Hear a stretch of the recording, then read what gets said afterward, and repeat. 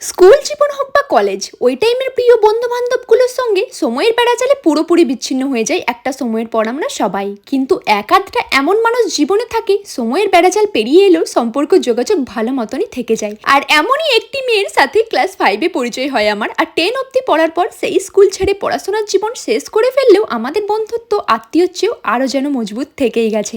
আর এখন আমার স্কুল জীবনে সেই প্রিয় বান্ধবী কম সখীটিরই বিয়ে। না, আজ বিয়ে নয়, আজকে হলো লগন। আর এই লগনের অনুষ্ঠানে যাওয়ার জন্যই আমি রেডি হচ্ছি। পিওর কটনের কুর্তা সেট তো পরেছি যেহেতু প্রচুর গরম, আর ট্রাই করছি একটা নতুন হেয়ারস্টাইল। এটাকে আমি কয়েকদিন আগে একটা ইনস্টাগ্রাম রিল ভিডিওতে দেখেছিলাম, ট্রাই করলাম আর দারুণ পছন্দ হয়েছে আমার। মা দিয়ে গেল কিছু টুকিটাকি খাবার, আর বাড়ির ডাইনিং পার্টটাতেই আমি শুট করছি ভিডিওটা। দেখতেই পাচ্ছ বাড়ির লোকদের আনাজানা লেগেই রয়েছে।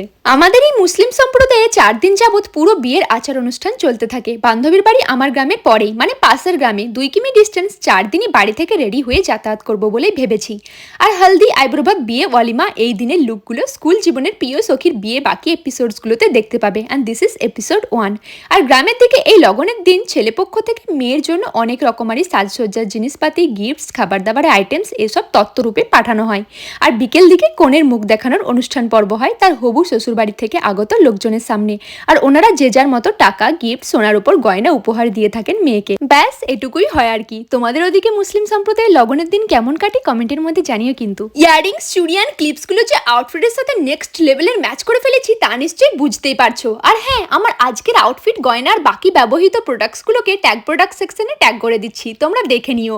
তা আমার এই সিম্পল অ্যান্ড সামার অ্যাপ্রোপ্রিয়েট লুকটা তোমাদের কেমন লাগলো জানিও কিন্তু। এখন তো আমি বেরোলাম, but stay tuned for my upcoming looks. Tata.